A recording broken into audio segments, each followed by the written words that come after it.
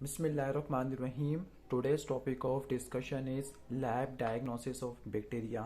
तो ये general bacteriology का सबसे इम्पोर्टेंट टॉपिक है, लैब डायग्नोसिस। और अगर आपको यहाँ से ये वाला वीडियो समझ आ जाती है तो आपको तमाम बैक्टीरियोलॉजी में जो स्पेसिफिकली जो क्लिनिकल बैक्टीरियोलॉजी होती है उसकी लैब डायग्नोसिस को समझने में काफ़ी ज़्यादा आसानी होगी। तो ये वाली वीडियो बाकी सारी वीडियो का बेस बनाएगी।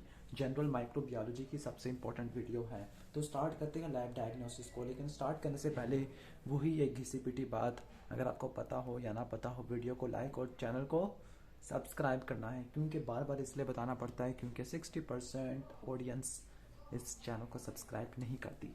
तो आई थिंक क्यों नहीं करती, आई डोंट नो। तो स्टार्ट करते हैं लैब डायग्नोसिस। लैब डायग्नोसिस वो भी हम स्टार्ट करिए बैक्टीरिया की स्टार्ट करेगा। तो जनरल अप्रोच क्या होती है, क्या जनरल स्टेप्स होती है अगर आपने किसी भी बैक्टीरियल ठीक है, कोई आपको बैक्टीरियल डिजीज वाला स्पेसिमन मिल गया है, फॉर एग्जांपल स्पूटम का स्पेसिमन है, कोई ब्लड का स्पेसिमन है, ठीक हो गया, या किसी वुंड का स्पेसिमन मिल गया है, या थ्रोट का कोई कल्चर मिल गया है। तो किसी स्पेसिमन को आपने किस तरह से यूज़ करना है उस बैक्टीरिया को डायग्नोस करने के लिए कि उस बंदे को डिजीज़ क्या था। तो उसको डायग्नोस करने के लिए जो टेक्निक्स इस्तेमाल होती है लैब के अंदर, लेबॉर्ट्री के अंदर, तो उसको बोलते हैं लेबॉर्ट्री डायग्नोसिस। वो तमाम टेक्निक्स जिससे हम किसी भी माइक्रोबियल इन्फेक्शन या किसी भी माइक्रोब के डिजीज को डायग्नोस कर सके, तो उसको लैब डायग्नोसिस बोलते हैं। इसके जनरल स्टेप्स होते हैं। सबसे पहला स्टेप क्या होता है कि आपने स्पेसिमेन कलेक्ट करना है। स्पेसिमेन क्या होता है, इन्फेक्टेड साइट से आप कोई ना कोई क्या स्पेसिमेन कलेक्ट करोगे। वो स्पेसिमेन ब्लड भी हो सकता है, वो स्पेसिमेन थ्रोट का भी हो सकता है, स्प्यूटम का भी हो सकता है, यूरिन का भी हो सकता है, स्टूल भी हो सकता है, सीएसएफ भी हो सकता है, जेनिटल ट्रैक्ट का म्यूकोजल लाइनिंग भी हो सकती है, वुंड या एब्सेस भी हो सकती है। तो सबसे पहले अगर आपने किसी भी इन्फेक्शन का या किसी भी डिजीज का डायग्नोस करना है तो आपने इसका स्पेसिमेन ऑब्टेन करना होगा। तो आपको बता चुका हूँ, ब्लड हो सकता है, यूरिन हो सकता है, सीएसएफ हो सकता है, कोई म्यूकोजल सैंपल हो सकता है। सैंपल को कलेक्ट करने के बाद आपने क्या करनी है, उसकी स्टेनिंग करनी है ताकि आप उसको इलेक्ट्रॉन माइक्रोस्कोप पर आसानी से देख सको। तो जो स्टेनिंग होती है वो दो तरह की होती है, एक होती है ग्राम स्टेनिंग और एक होती है एसिड फास्ट स्टेनिंग होती है। जो ग्राम स्टेनिंग होती है ग्राम पॉजिटिव ग्राम नेगेटिव के लिए होती है, और जो एसिड फास्ट स्टेनिंग होती है माइकोबैक्टीरियम ट्यूबरक्लोसिस के अंदर और नोकार्डिया एस्टेरॉइड्स के लिए होती है। ठीक हो गया। तो ग्राम स्टेनिंग कर लोगे आप और या एसिड फास्ट स्टेनिंग कर लोगे तो उसके अंदर आप माइक्रोस्कोपिक एग्जामिनेशन करोगे। ठीक हो गया, वो हम माइक्रोस्कोपिक एग्जामिनेशन में करेंगे। इसके बाद क्या होगा, कल्चर होगा। ठीक हो गया, और कल्चर आप किसी ना किसी न्यूट्रिएंट मीडियम के ऊपर करते हो। तो जो क्लासिकल न्यूट्रिएंट मीडियम है वो है agar based medium, agar based medium. तो सबसे पहला स्टेप क्या होता है, स्पेसिमेन को कलेक्ट करना, फिर इसके बाद उसकी स्टेनिंग करना ताकि आप उसको माइक्रोस्कोप के ऊपर आसानी से देख सको। फिर इसके बाद आपने क्या करना है, कल्चरिंग वाला मैकेनिज्म होता है कि इसका प्योर कल्चर बनाना है। कि कभी कभार ऐसा होता है कि किसी स्पेसिमन के अंदर, किसी इन्फेक्टेड स्पेसिमन के अंदर एक से ज़्यादा बैक्टीरिया होते हैं, तो आपको उसको प्योर आइसोलेटेड कल्चर बनाना पड़ता है। इसके बाद नेक्स्ट क्या है, फिर कल्चर बनाने के बाद आपने प्योर कॉलोनी को कलेक्ट कर लिया, तो फिर आपने स्पेसिफिक टेस्ट परफॉर्म करनी है। जैसे यहाँ पे शुगर फर्मेंटेशन टेस्ट हो सकता है, ओके, और कोई और दूसरे स्पेसिफिक टेस्ट होते हैं, हिमोलिसिस वाले टेस्ट हो सकते हैं, डीएनए प्रॉप्स के होते हैं, सीरोलॉजिकल टेस्ट होते हैं, ठीक हो गया, और या इम्यूनोफ्लोरेसेंस वगैरह टेस्ट होते हैं, हिमोलिसिस वाले टेस्ट होते हैं, या पिगमेंट फॉर्मेशन वाले। तो स्पेसिफिक बायोकेमिकल टेस्ट को यूज करने के बाद आप किसी डायग्नोसिस पे पहुंचेंगे। और अभी तक आप डायग्नोसिस पे नहीं पहुंचे तो आप एंटीबायोटिक ससेप्टेबिलिटी वाला टेस्ट परफॉर्म करोगे। इससे यह होता है कि बाजू का होता है कि आपको पता चल गया है कि ग्राम पॉजिटिव कोकाई है, लेकिन ये नहीं पता है कि स्ट्रेप्टोकोकस है, स्टेफाइलोकोकस है। तो उनको सेपरेट करने के लिए आप एंटीबायोटिक ससेप्टेबिलिटी टेस्ट परफॉर्म करते हैं। ठीक हो गया, कोई कौन सा किस एंटीबायोटिक से ससेप्टेबल है, कौन सा रेजिस्टेंट है। तो उसी की बेस पर आप क्या कर सकते हो, किसी भी माइक्रोब को या किसी भी डिजीज को डायग्नोस कर सकते हो। तो उसके बेसिक स्टेप्स आपको मैंने यहाँ पे दिखा दिया है। अब इसके मेथड्स क्या होती है, डिटेल से स्टार्ट करते हैं। तो सबसे पहला मेथड क्या होता है लेबॉर्टरी डायग्नोसिस के अंदर, पहला होता है माइक्रोस्कोपिक एग्जामिनेशन होता है। ये माइक्रोस्कोपिक एग्जामिनेशन उस केस में अप्लाई होता है जब आपने किसी न किसी स्पेसिमन को, जिसमें ब्लड, यूरिन, वॉमिट हो सकती है, स्टूल हो सकता है, सीएसएफ का हो सकता है, वुंड, एब्सेस हो सकती है, ठीक हो गया, तो वो किसी स्टीराइल साइट से कलेक्ट की हुई हो। स्टीराइल साइट क्या मतलब, जहां पर आपको कोई नॉर्मल फ्लोरा वाली कोई बैकग्राउंड ना हो, जहां पर उस जगह के ऊपर कोई नॉर्मल फ्लोरा ना हो। जैसे कोई स्टीराइल टिश्यू होता है, सीएसएफ होता है, स्पाइनल फ्लूइड होता है, ज्वाइंट का फ्लूइड होता है जिसको साइनोवियल फ्लूइड बोलते हैं, और यूरिन होता है, ठीक हो गया। ये सारे के सारे क्या स्टीराइल बॉडी साइट्स होती है। तो सबसे पहले आपने स्पेसिमेन को इन जगह पे कलेक्ट करना है अगर आप माइक्रोस्कोपिक एग्जामिनेशन कर रहे हो। फिर इसके बाद आपने क्या करनी है, उसकी ग्राम स्टेनिंग करनी है या एसिड फास्ट स्टेनिंग करनी है। Acid fast staining Mycobacterium, tuberculosis और नोकार्डिया स्टीरॉइड्स के लिए परफॉर्म करते हैं। स्टेनिंग का पर्पस क्या होता है, ताकि आप इलेक्ट्रॉन माइक्रोस्कोप पे आसानी से विजुअलाइज कर सको। तो ग्राम स्टेनिंग या एसिड फास्ट स्टेनिंग को करते हुए आपको पता चल जाएगा कि ये कौन सी क्लास है, ग्राम पॉजिटिव है, ग्राम नेगेटिव है, या कोई भी नहीं है, एसिड फास्ट बेसिलाई है। या फिर आपको शेप का पता चल सकता है, रॉड शेप है, कोकाई स्पाइरल शेप है, हेलिकल शेप है। आपको इनकी अरेंजमेंट का पता चल सकता है कि वो क्लस्टर के फॉर्म में या चेन के फॉर्म में है। तो ये सारा माइक्रोस्कोपिक एग्जामिनेशन से पता चल जाता है। अब माइक्रोस्कोपिक एग्जामिनेशन से आपको डायरेक्ट किसी भी डिजीज का नहीं पता चलता, डायरेक्ट डिजीज का डायग्नोसिस नहीं हो सकता, लेकिन इससे आपको एक छोटा मोटा गेस पता चल सकता है कि अगर आपको क्लस्टर्स वगैरह देखने को मिल रहे हैं तो उसका मतलब स्टेफाइलोकोकस है। अब ये नहीं पता ओरियस है, एपिडेमिडस है, स्टेप्रोफाइटिकस है।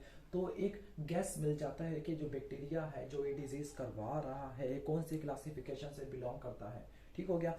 अब इसके बाद नेक्स्ट मेथड आ जाती है कल्चर बेस्ड मेथड आ जाती है, कल्चर बेस्ड मेथड। बात होता है आपने किसी बैक्टीरियल या फंगल इन्फेक्शन को डायग्नोस करना है, लेकिन उसके लिए जो सस्पेक्टेड पैथोजन है, जो सस्पेक्टेड माइक्रोब है, इसको प्योर आइसोलेट करना है, प्योर कल्चर करना है, ठीक हो गया। तो सबसे पहले आप किसी जगह से स्पेसिमेन कलेक्ट करोगे, फिर इसकी प्रॉपर कल्चरिंग करोगे, ठीक हो गया। और कल्चर करने के बाद आपको वेल ऑब्टेन आइसोलेटेड कॉलोनीज मिलेगी, आपको एक स्पेसिफिक कॉलोनीज देखने को मिलेगी इस कल्चर की वजह से। और जो ट्रेडिशनल कल्चरल मीडियम यूज़ किया जाता है वो है agar based medium, agar based medium. अब जो एगर बेस्ड मीडियम होता है ये भी दो तरह का होता है, एक होता है सिलेक्टिव मीडियम, एक होता है डिफरेंशियल मीडियम। सिलेक्टिव मीडियम ये ऐसा मीडियम होता है जो किसी एक पार्टिकुलर बैक्टीरिया की ग्रोथ को प्रमोट करेगा, जो किसी पार्टिकुलर बैक्टीरिया को ही ग्रो करवाएगा। फॉर एग्जांपल स्टेफिलोकोकस ऑरियस को, स्ट्रेप्टोकोकस को, sorry for interruption.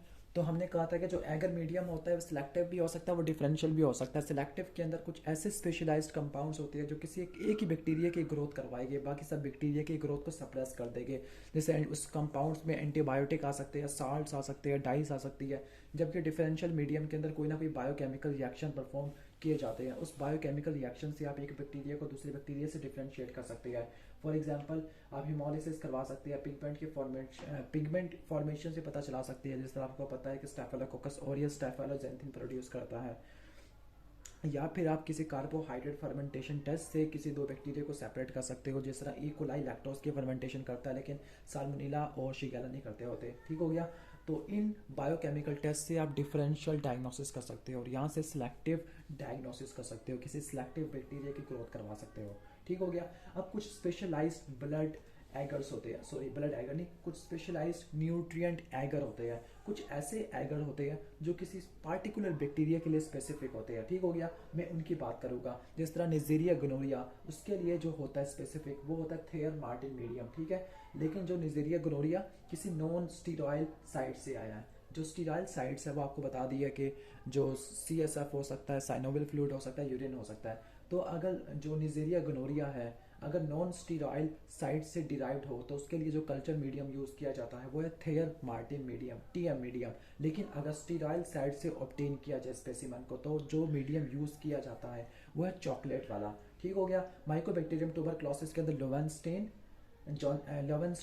Jensen medium use किया जाता है, जो मैकॉनकी या एंटेरिक ग्राम नेगेटिव के लिए यूज़ किया जाता है। कॉर्निबैक्टीरियम डिप्थीरियाई के लिए टेलोराइट वगैरह यूज़ किया जाता है, ठीक हो गया। हीमोफिलस इन्फ्लुएंजा के लिए भी चॉकलेट एगर, लेकिन इसके अंदर आप फैक्टर 5 और फैक्टर 10 ऐड कर देते हो। ल्यूजिनिला नेमोफिला के लिए आप चारकोल यीस्ट एक्सट्रैक्ट यूज़ करते हो। बॉर्डोटिला पर्ट्यूसिस के लिए आप बॉर्डिड गैंगुई मीडियम यूज़ करते हो। तो ये पार्टिकुलर एगर थे किसी पार्टिकुलर बैक्टीरिया के लिए, ओके। अब जो कल्चर आपने करना है तो कल्चर के लिए स्पेसिमेन कहाँ कहाँ से आ सकता है, ब्लड से आ सकता है, थ्रोट का कल्चर है, स्प्यूटम का कल्चर है, CSF का कल्चर है, स्टूल का कल्चर है, यूरिन का कल्चर है, जेनिटल ट्रैक का कल्चर है, वुंड और एब्सेस का कल्चर है। वो हम सारा नेक्स्ट वीडियो के अंदर कवर करेंगे, ठीक हो गया डिटेल से। इसके बाद नेक्स्ट मेथड होता है सीरोलॉजिकल, एंटीजन एंटीबॉडी का रिएक्शन। बाज़ वक्त ऐसा होता है कि आपको क्या होता है, एंटीजन अननोन होता है और एंटीबॉडी हमें पहले से पता होती है। यानी जो एंटीबॉडी हमें पता होती है, एंटीबॉडी को यूज़ करते हुए आप एंटीजन का पता चलाओगे। और बाज़ वक्त ऐसा होता है कि एंटीजन का पता होता है, एंटीबॉडी अननोन होती है,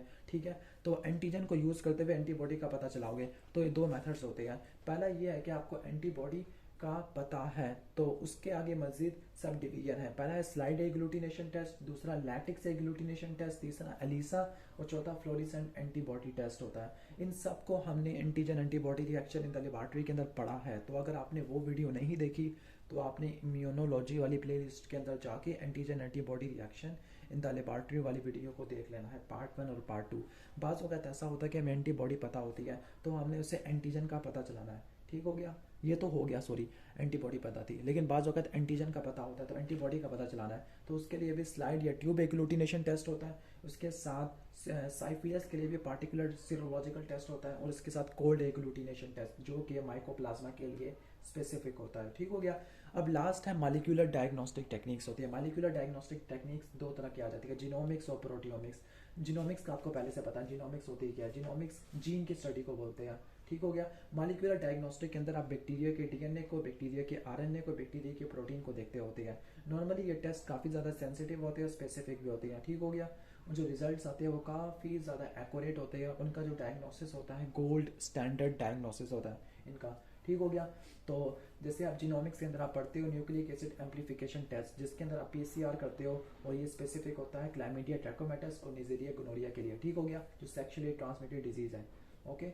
और ये टेस्ट माइकोबैक्टीरियम ट्यूबरक्लोसिस के लिए भी इस्तेमाल हो जाते हैं, ठीक हो गया। अभी तो मैंने सुपरफिशियल सा ओवरव्यू दे दिया है। अब जो नेक्स्ट वीडियो होगी हम इस चैप्टर को फिनिश कर लेंगे। तो अगर आपको ये वीडियो अच्छी लगी हो तो आपने क्या करना है, इस वीडियो को लाइक करना है और चैनल को सब्सक्राइब करना है। Thanks for watching this video. अल्लाह हाफिज़।